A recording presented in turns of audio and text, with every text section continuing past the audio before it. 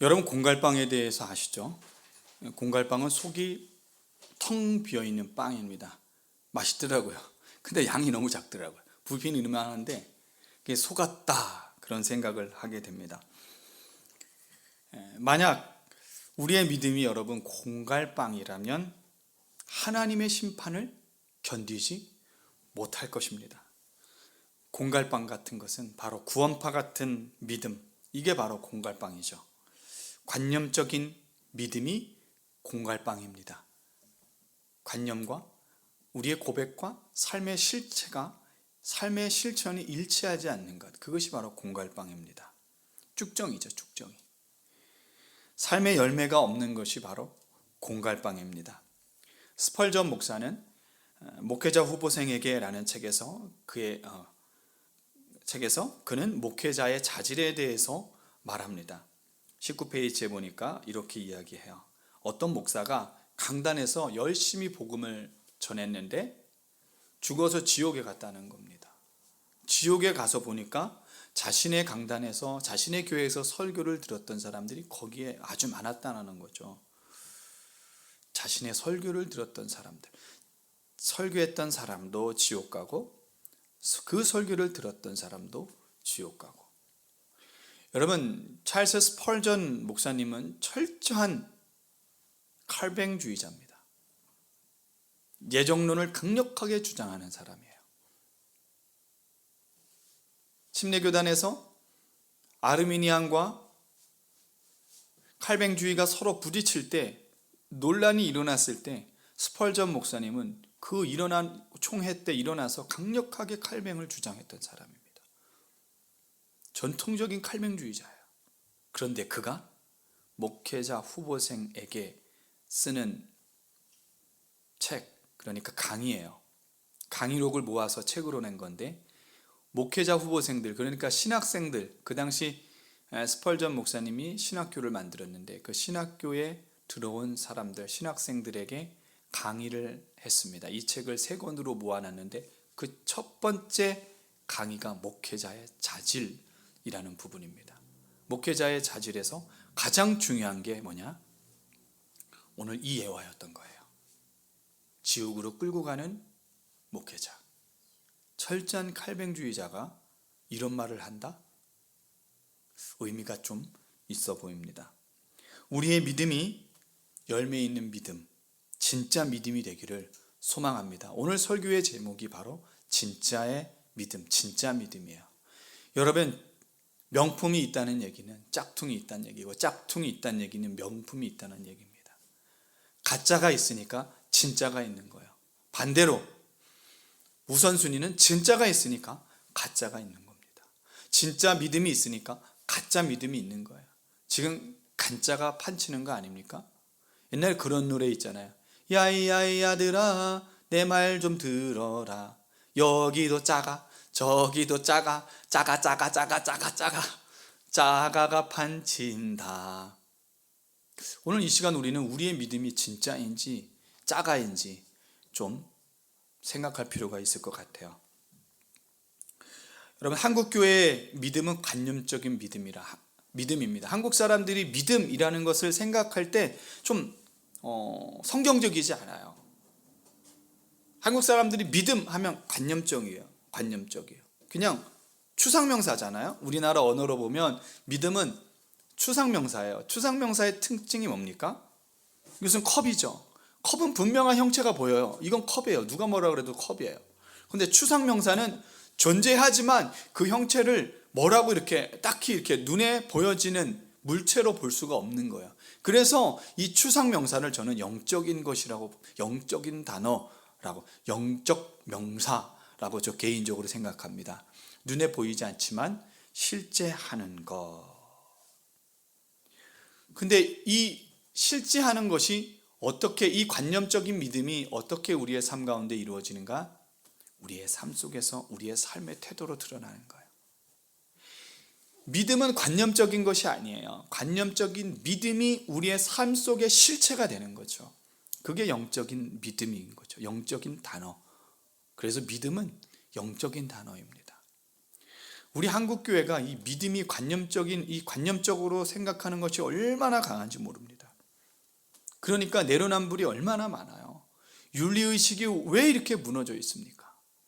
제가 일전에 한번 강연을 보게 됐는데 법률 스님의 법회, 설파예요. 여러분, 법회는 우리랑 기독교 안에 있는 집회랑 비슷해요. 특별한 집회를 여는 거죠. 부흥회를 하는 거예요. 부흥회를 하는데 부흥 강사가 법률 스님인 거죠. 법률 스님이 이게 설교가 아니라 설파한다 그래요. 설파는 뭐냐면 기독교에서 설교는 내 생각이 아니라 하나님의 말씀을 전하는 거잖아요. 그런데 기독교의 설파는 자기가 깨달은 것, 그 깊은 깨달음을 전하는 거죠. 이게 죄 아닙니까? 이게 큰 차이예요. 근데 아마 잘 보세요. 이런 일이 있었습니다. 이제 질문하는 시간이 있었어요. 질문자가 이렇게 질문합니다. 스님, 어머니가 몇 해 전에 돌아가셨어요. 근데 막판에 그 절에도 잘 안 다니시고 막 그랬어요. 그래서 제 마음이 불안해요. 저희 어머니 극락에 가셨을까요? 이제 천국 간다는 얘기죠. 천국 가셨을까요? 그 얘기를 한 거예요. 법률 스님이 가만히 듣다가 이런 이야기를 합니다. 그냥 그렇게 믿으세요. 천국 갔다고 믿으세요. 믿는 대로 되는 겁니다. 당신이 그렇게 믿으면 그렇게 간 거예요. 이거는 좀 이상하지 않아요? 계속 들어보십시오. 그래서 질문자가 이런 말을 해요. 아니 목사님, 아니 스님, 그거는 기독교잖아요. 그거는 기독교에서 말하는 믿음 아니에요? 아닙니다. 기독교에서 말하는 믿음이 이런 믿음 아니에요. 이게 관념적인 믿음이에요. 그냥 내가 생각한 게 맞아. 내 삶은 없는 거예요. 기독교인들이, 우리 한국 기독교가 얼마나 믿음의 실체가 없었으면 불자들이 우리를 향해서 뭐라고 말하? 똑같이 이건 기독교식 믿음 아닙니까? 형체가 없는 믿음, 그냥 관념에 머무는 믿음, 생각에 머무는 믿음. 그러자 법률 스님이 이렇게 말하더라고요. 그렇게 믿어요. 그게 당신이 편해요. 내가 편한 대로 믿는 것. 그건 기독교의 믿음이잖아요 라는 그날 그 이야기가 제 가슴을 막 후벼 파더라고요. 이게 믿음 아닌데. 그런데 가만히 우리 그리스도인들의 모습을 보니까 맞더라고요. 세상은 그렇게 볼 수밖에 없어요. 왜요? 우리의 믿음이 잘못된 신학에 빠져서 한 번 구원은 영원한 구원이라는 이걸 절대적으로 신뢰하다 보니까 성경이 아니라 신학을 절대화시켜버리니까 사상이 되고, 여러분 사상이 얼마나 무서운지 아십니까? 그 사상이 성경보다 앞서게 되는 것이죠. 그래서 우리는 관념적인 믿음이 마치 구원 얻는 믿음처럼, 진짜 믿음처럼 생각하고 살아간다는 겁니다. 여러분, 성경에서 말하는 믿음은 그런 믿음이 아니에요. 그냥 믿음으로 영접해, 그래서 영접하는 그런 믿음이 아니라는 거예요. 이 믿음은, 성경에서 말하는 믿음은 성실함, 충성스런이라는 말입니다. 그러니까 믿음에 대한 삶의 열매를 의미하는 거예요. 이것이 믿음이라는 사실입니다. 여러분, 복음서를 보십시오. 복음서를 보면 예수님께서 엄청나게 많은 믿음에 대해서 이야기하셨어요. 그런데 예수님께서 말씀하신 믿음은 관념적인 믿음이 단 한 번도 없었다는 겁니다. 예수님께서 말씀하신 믿음은 반드시 믿음에 대한 결과가 동반되는 믿음이에요. 내 믿음이 너를 구원하였느니라. 자, 내 믿음이 너를 구원하였느니라. 나는 믿어. 이게 아니에요. 이 믿음이 사람들을 예수님 앞에 나와 무릎 꿇게 했다는 겁니다. 여러분, 혈루증 걸린 여인의 모습을 한번 보십시오. 혈루증 여인은 부정하기 때문에 사람들 앞에 갈 수가 없어요. 왜? 그 사람들이 그 몸에 손을 닿으면 그도 부정하게 되기 때문에 사람들 많은 곳에 갈 수가 없습니다. 그런데 그가 예수님에 대한 이야기를 듣자 그 안에 믿음이 생겨나기 시작했어요. 이 관념적인 믿음이 믿음의 실체가 되니까 그를 행동하게 만들어요. 그래서 많은 사람들 앞에서도 그가 믿음을 가지고 나아가게 만들어요. 그래서 예수님의 옷자락을 만지게 됩니다. 예수님께서 뭐라고 말씀하십니까? 내 믿음이 너를 구원하였느니라. 너 치유됐어? 아니요. 내 믿음이 너를 구원했느니라 라고 말씀하고 있다는 겁니다. 예수님께서 말씀하신 믿음은 다 이런 거예요. 나 믿어요. 믿어. 입술로 이 믿음이 아니에요. 믿었으면 그 믿은 삶의 결과, 열매가 있는 거예요. 사복음서를 한번 다시 읽어보십시오, 여러분. 수많은 신학자들의 이야기가 중요하지 않아요. 예수님께서 뭐라고 말씀하셨는가가 중요한 거 아닙니까? 예수님께서 말씀하신 씨 뿌리는 비유 들어보십시오. 수많은 얘기들이 있지만 그 중에 한 가지를 오늘 좀 말씀드려보죠. 씨 뿌리는 비유를 보십시오. 네 종류의 밭이 나옵니다. 주석서들 보면 다 네 종류의 밭, 그래서 네 가지로 단계를 나눕니다. 거의 주석서들이 다 그렇게 이야기합니다. 그런데 아닙니다. 씨 뿌리는 비유를 가만히 보십시오. 두 종류의 밭이에요. 열매 맺는 밭과 열매 맺지 못하는 밭이에요. 다 믿음에 대한 이야기입니다. 예수님께서 믿음에 대한 이야기를 하실 때 이 말씀을 한 거예요. 길가에 부러진 씨 열매 맺지 못했어요. 가시나무에 가시덩굴에 부러진 씨 열매 맺지 못했습니다. 바위에 떨어진 씨 열매 맺지 못했어요. 각각의 조건은 있었지만 그 조건 가운데서도 결국 열매 맺지 못했어요. 이게 핵심입니다. 그런데 옥토에 뿌려진 씨앗은 열매 맺었어요. 믿음에 대한 비유로 설명할 때 이 말씀을 하신 거예요. 무엇을 이야기합니까? 성경에서 말하는 믿음은 관념이 아니라는 거죠. 성경에서 말하는 믿음은 삶의 실체라는 거예요. 제가 자꾸 이런 얘기를 하면 유영호 목사가 약간 그 율법주의자 아니야? 아닙니다. 제가 말하는 것은 율법으로 구원 얻을 수 없어요. 불가능합니다. 율법의 행위로는 절대 구원 얻지 못합니다. 믿음으로 구원 얻습니다. 그런데 이 믿음이 뭐냐는 거예요. 이 믿음이. 그냥 한 번 내가 믿습니다라고 고백하고 예수님 모르는 삶 살면 다 구원 받습니까? 그거는 하나님께서 인정하시는 믿음이 아니에요. 여러분, 로마서와 야고보서를 사람들이 이렇게 서로 팽팽하게 긴장한다, 그래서 서로 모순이다, 그런 이야기들을 많이 해요. 특별히 15세기에 종교개혁을 시작했던 마르틴 루터는 야고보서, 자기의 그 교리 강해에 가장 중요한 게 이신칭의거든요. 칭의. 이 이신칭의를 강조하다 보니까 로마서를 매우 강조했어요. 그러다 보니까 야고보서에 오늘 본문 같이 읽었잖아요.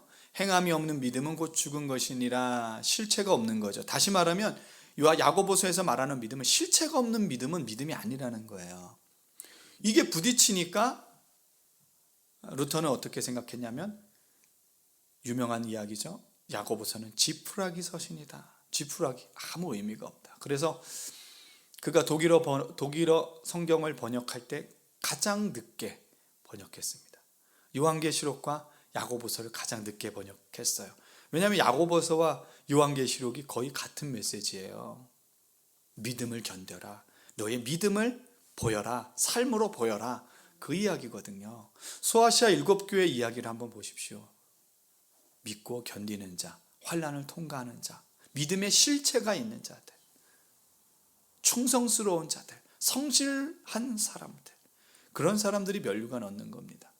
그러니까 그걸 싫어했던 거예요. 그런데 신약 올레길이라는 침신대 총장이신 김선배 교수님이 쓴 책인데요. 그 책에 보면 너무나도 쉽고 잘 해석해 놓았습니다.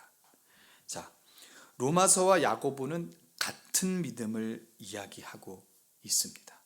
어떻게 같은 믿음인가? 로마서는 칭의만 이야기하는 책이 아닙니다. 로마서를 연구해 보면 로마서는 칭의와 성화가 균형 있게 증거됩니다. 한번 구조를 통해서 한번 보십시오. 죄에 대해서 말합니다. 그리고 하나님의 한 가지 의가 그 죄를 해결할 수 있다라고 말합니다. 그 의가 예수 그리스도의 십자가와 부활이라는 복음이죠. 오늘 우리가 읽었지만 그 복음이 우리에게 나타난 거예요. 그것을 믿음으로 말미암아 구원 얻는다. 칭의죠.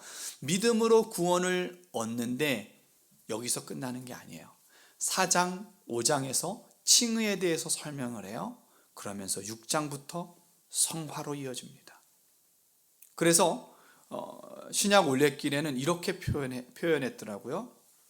칭의의 시작은 성화의 결과이고 성화의 결과는 칭의의 시작이다.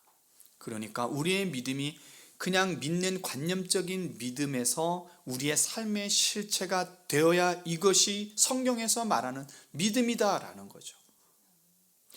5장에서 칭의를 이야기하고 6장에서 성화를 이야기합니다. 8장까지요. 그리고 9장까지 가서 9장부터 11장까지는 이스라엘의 구원에 대해서 말합니다. 이스라엘의 구원에 대해서 말할 때 역시 또 믿음으로 말미암는 칭의에 대해서 말합니다.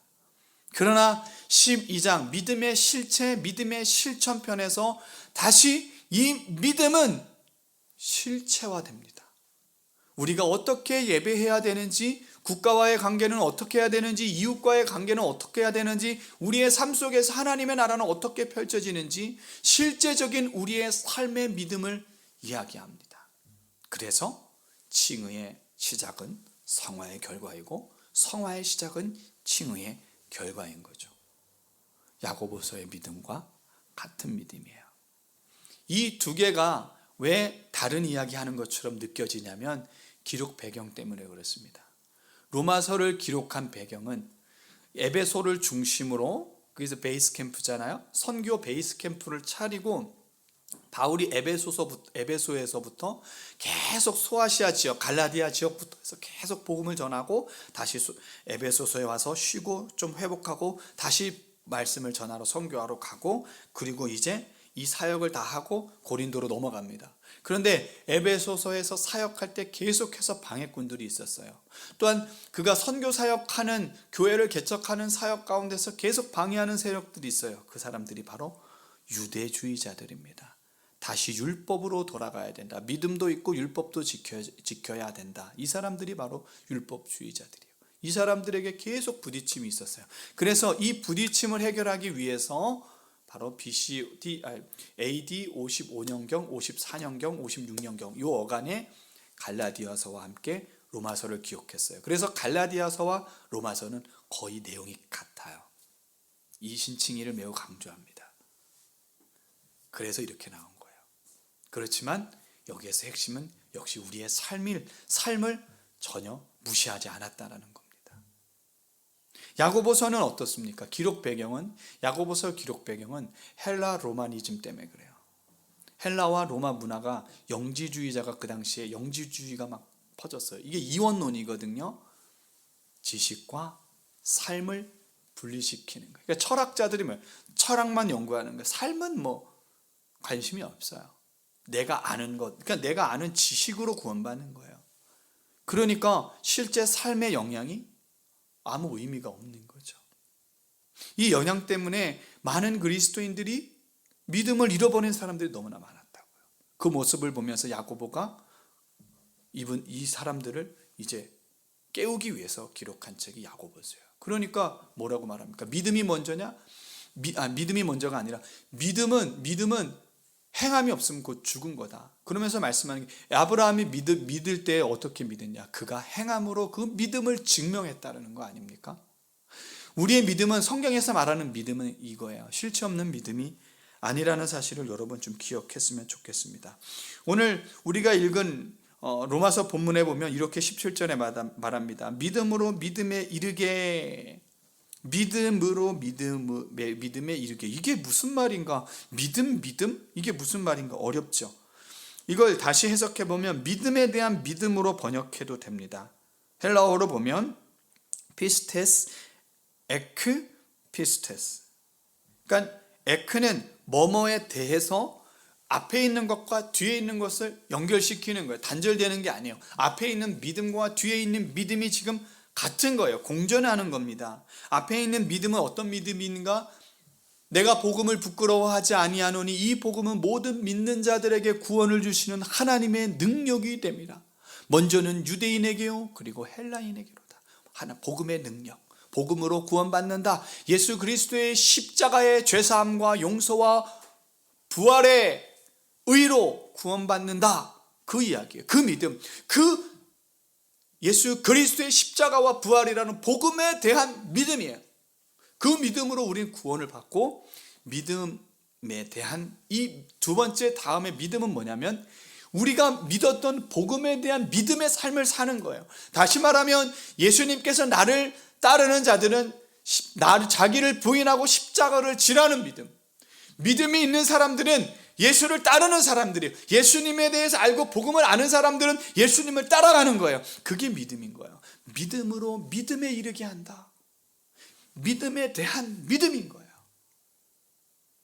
그러니까 내가 믿는다고 말하면서, 내가 믿습니다 말하고 말하면서 삶의 실체는 행동하지 않는 것은 믿음이 아니라는 거죠.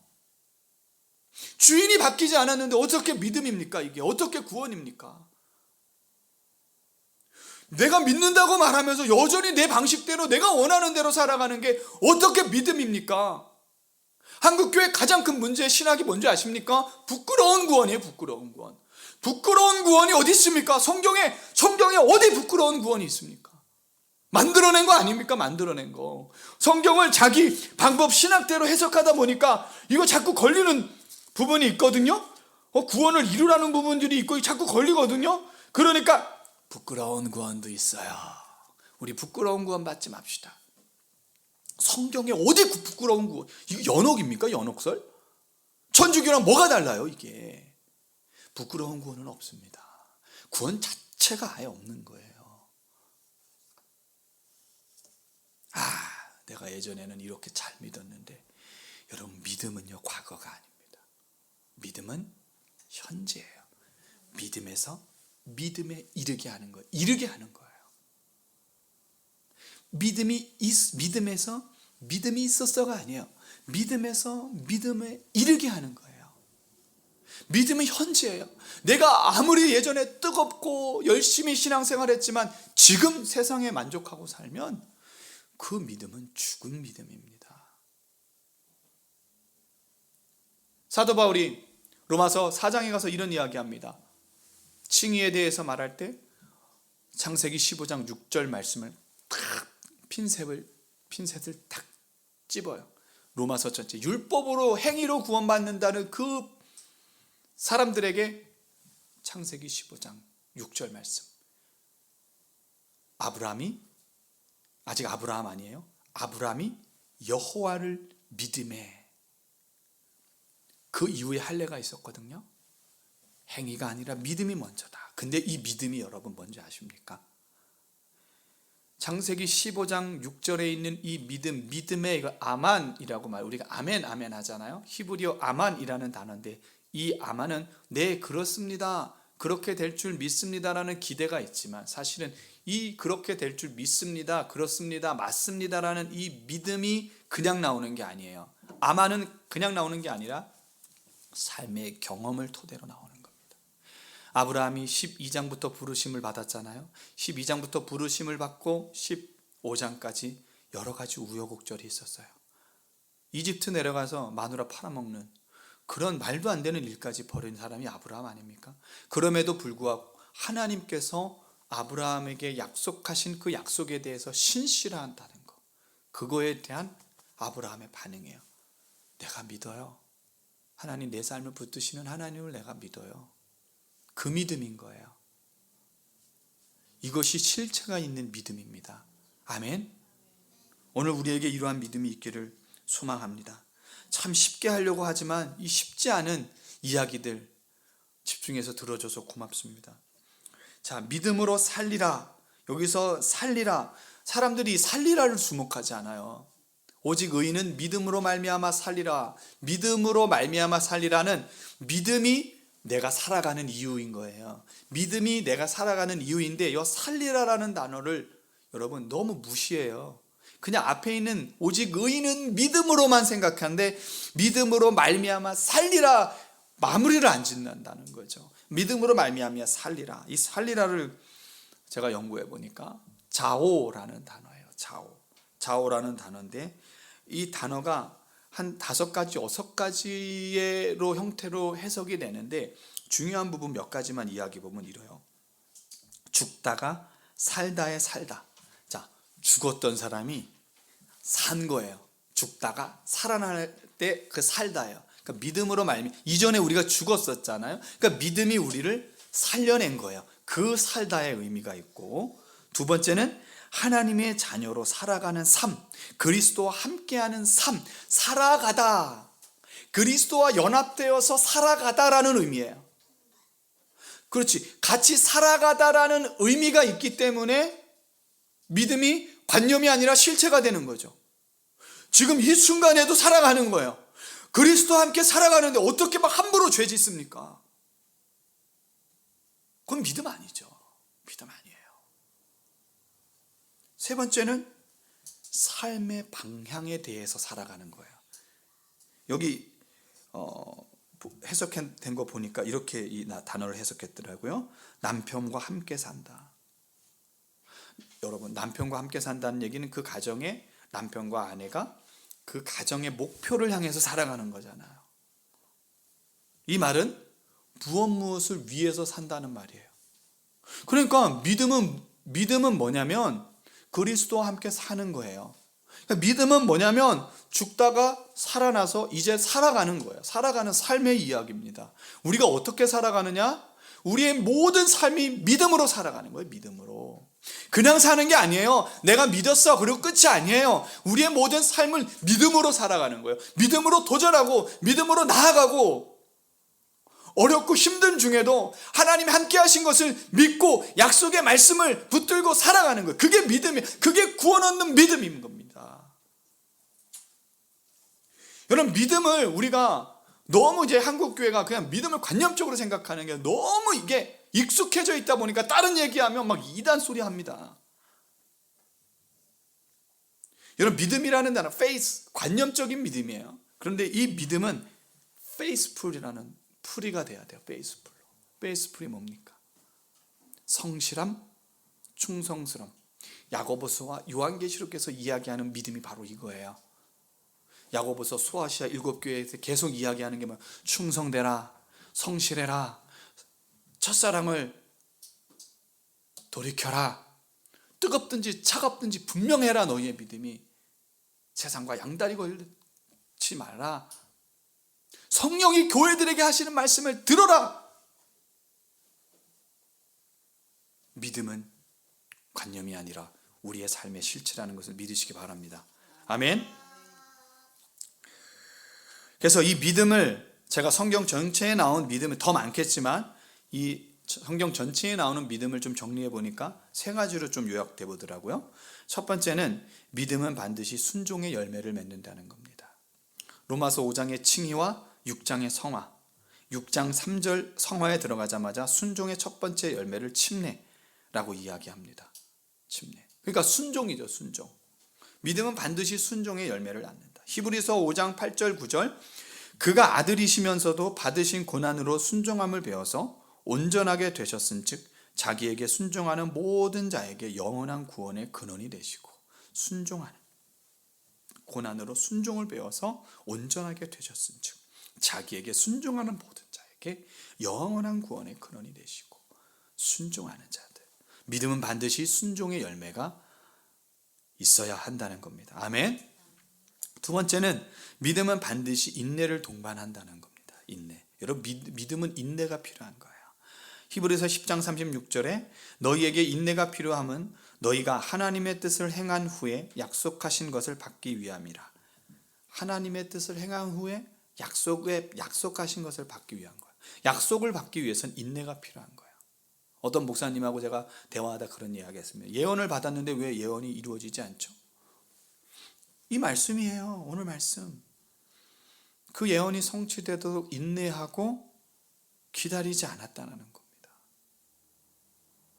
전혀 다른 삶을 사는데 어떻게 그 예언이 성취됩니까? 불가능한 일이죠. 약속을 기다리는 삶이 바로 믿음인 겁니다. 이 말씀을 제가 묵상하다가 예전에 한번 제가 설교했던 적이 있는데 영화 암살이라는 마지막 장면이 생각났습니다. 영화 암살에 보면 밀정이라고 나옵니다. 밀정은 바로 배신자죠. 여기에 이제 염석진이라는 사람이 밀정이죠. 염석진이라는 사람이 독립운동을 하다가 일제에 잡혔어요. 얼마나 고통을 당했는지 고문을 당했는지 몰라요. 막 상상 초월입니다. 일본 사람들이 그 일제시대 때 우리 고문했던 내용은 상상할 수 없는 고문이에요. 그런 고문을 견디다 못하니까 밀정으로 투항합니다. 항복합니다. 그리고 밀정으로 속이고 임시정부로 들어갑니다. 그리고 김구를 속이려고 하죠. 그리고 정보를 계속 빼내요. 결국 광복이 됐습니다. 그리고서 이제 마지막 장면이에요. 어디에서 이제 물건을 사고 먹을 걸 사고 딱 가는데 누가 자기를 쫓아오는 걸 느꼈어요. 그래서 도망가다가 딱 도망갈 수 없는 곳에서 잡혔습니다. 그러자 2명의 독립군이 염석진, 왜 동지를 배반했나 딱 묻습니다. 그러니까 그가 하는 말이 뭔지 아십니까? 이거 연기를 좀 해야 되는데 몰랐으니까 독립이 될 줄 몰랐으니까 알았다면 그렇게 했겠나? 제가 이 대사를 보면서 충격을 받아요. 믿음은 뭔가? 약속하신 것을 믿고 따라가는 것. 당장 보이지 않지만 약속하신 것을 믿고 따라가는 거예요. 먼 훗날 우리가 하나님 앞에 반드시 서는 날이 있습니다. 그때 하나님께서 우리를 결산하십니다. 그날이 반드시 있어요. 그때 가서 내가 이렇게 될 줄 몰랐으니까 그랬죠 라고 말할 수 없는 거예요. 그러자 총을 들어서 향해서 이렇게 말합니다. 16년 전 염석진이 밀정이면 사살해라. 명을 받들겠습니다. 빵! 그 자리에서 죽은 거예요. 우리의 믿음도 마찬가지예요. 우리의 믿음이 가짜면 약속하신 것을 바라보지 않고 믿음으로 인내의 삶을 살아가지 않으면 죽는 겁니다. 세 번째는 믿음은 반드시 불시험을 통과한다. 여러분 아브라함을 보십시오. 끝까지 이삭을 바치는 시험을 통해서 자신의 믿음을 통과시켰습니다. 초대교회의 핍박과 환난들을 보십시오. 믿음은 반드시 불시험을 통과합니다.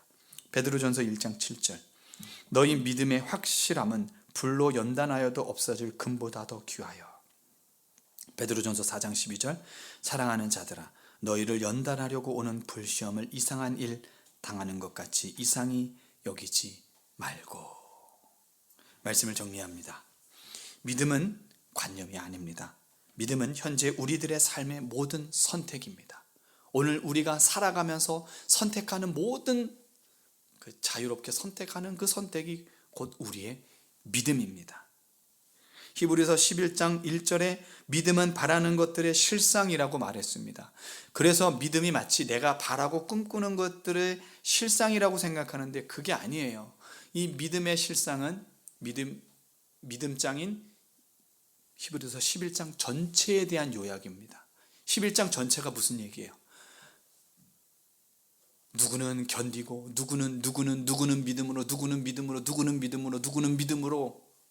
계속해서 믿음의 사람들이 이 믿음의 실체를, 실상을 향해서 견디는 삶을 살았던 삶의 이야기를 하고 있는 게 히브리서 11장 아닙니까? 믿음은 바라는 것들의 실상이라는 것은 하나님의 약속에 대한 믿음이 우리의 삶의 실제가 되는 것, 그것이 진짜 믿음이에요. 그래서 히브리서 11장 6절에 뭐라고 말씀하십니까? 믿음은 바라는 것들의 믿음이 없이는 하나님을 기쁘시게 하지 못하나니 하나님께 나아가는 자는 반드시 그가 계신 것과 그가 자기에게 상 주시는 이심을 믿어야 할지니라. 아멘. 이게 온전한 믿음인 줄 믿습니다. 아멘. 여러분, 믿음은 믿는 대로 사는 것이 믿음입니다. 이것이 진짜 믿음이죠. 공갈빵과 같은 믿음은 반드시 하나님의 심판을 피하지 못합니다. 삶의 열매가 있는 진짜 믿음을 소유하는 우리가 되기를 소망합니다. 아멘. 기도하겠습니다. 좋으신 아버지 하나님, 감사합니다. 오늘 진짜 믿음이 무엇인지 나누어 보았습니다. 관념에 사로잡힌 믿음이 아니라 삶의 실체가 있는, 삶의 열매가 있는 우리의 믿음이 되게 하여 주옵소서. 감사드리며 존귀하신 예수님의 이름으로 기도하옵나이다. 아멘.